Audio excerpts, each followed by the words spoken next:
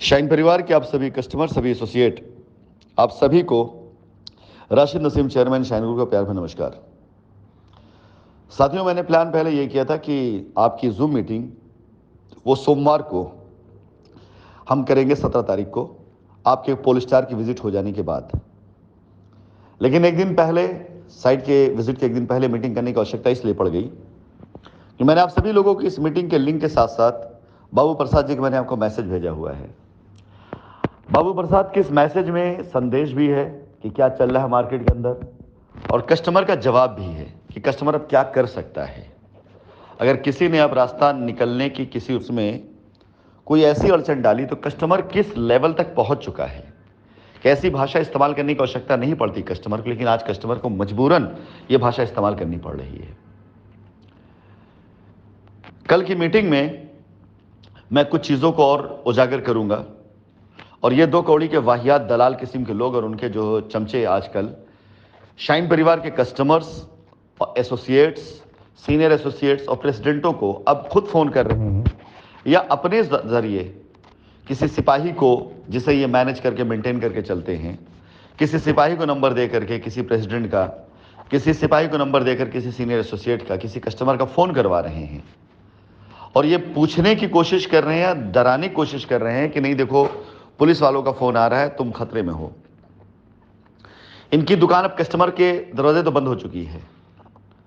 अब ये एसोसिएट्स को अपने साथ ऐसे ऐसी बातों से, ऐसे प्रलोभनों से, ऐसे दबाव से करने की एक ऐसी साजिश कर रहे हैं कि जिसमें अगर किसी एसोसिएट से कोई कस्टमर पूछे कंपनी के बारे में तो अभी भी इनका राग गला पे। लेकिन माहौल बदल चुका है। 70-80% लोग समझ चुके हैं।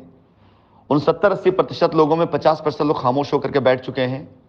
बचे 50% लोग वो इनको जवाब देना जान चुके हैं। लेकिन अभी भी 10-20% लोग ऐसे हैं जो बाबूलाल जैसे लोगों के आक्रोश को बढ़ाने का काम करते हैं, या और जैसे लोगों जो बाबू प्रसाद, क्षमा करिए, जो बाबू प्रसाद जैसे लोग आक्रोश को बढ़ाने का प्रयास करते हैं।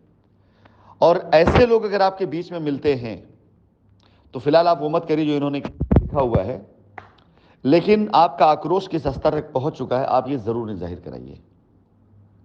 कल की मीटिंग में आपको कुछ और भी इंफॉर्मेशन दूंगा, लीगल संबंधित इंफॉर्मेशन दूंगा, पैराडाइज गार्डन पर जो कब्जा होना है उससे संबंधित इंफॉर्मेशन दूंगा। मैं आप लोगों को कानपुर में किससे मिलना है, क्या बातें करनी है और किन किन लोगों से नहीं मिलना, यह ध्यान रखिएगा।